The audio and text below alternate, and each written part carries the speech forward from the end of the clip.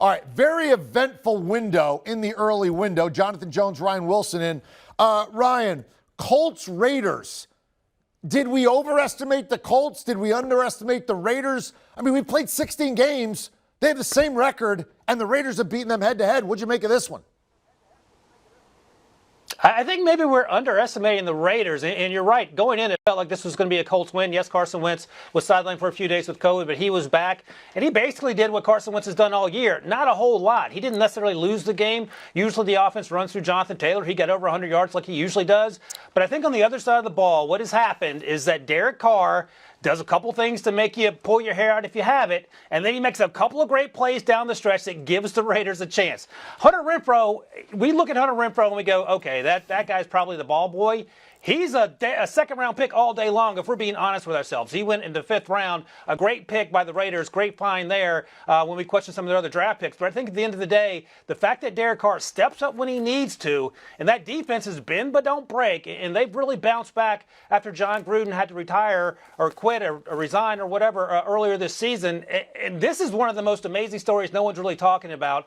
And I think Rich Bisaglia is legitimately in the Coach of the Year running, even though he's an interim head coach. It's a great performance on the road.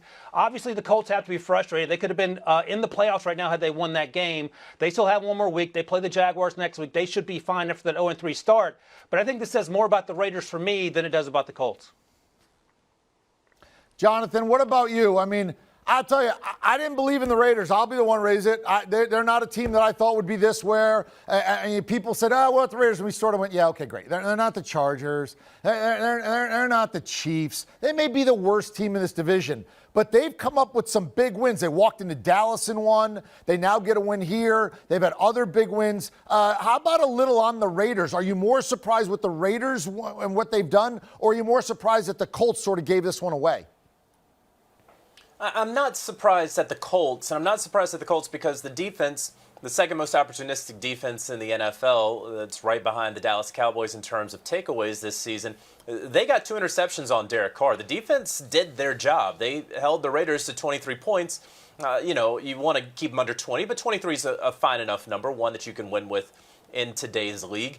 But Carson Wentz looked like a guy who has just come off the COVID list, literally just came off the COVID list. If this were a week earlier, there was no possible way that the unvaccinated Carson Wentz was going to be able to play. It was only through the grace of updated CDC protocols that he was even able to be out there, and I think he showed some of that rust. And so I don't necessarily want to take anything away from the Raiders, but I would like to think that if there were a healthier quarterback option on the other sideline for the Colts, that maybe they would have been able to win that ball game. Of course, it's week 17 of the NFL season at this point, and so injuries or people on the COVID list here as we go into 2022, that's part of it. When I look at the Raiders, what they are doing without Darren Waller and how they have bounced back and through everything, and Ryan mentioned it, the people aren't talking about this story. It's an uncomfortable story to talk about, right? Like, why don't you have your head coach? Well, he sent some John Gruden sent some terrible emails almost a decade ago, and that's why he's not there. Why don't you have your first-round pick at wide receiver? Well,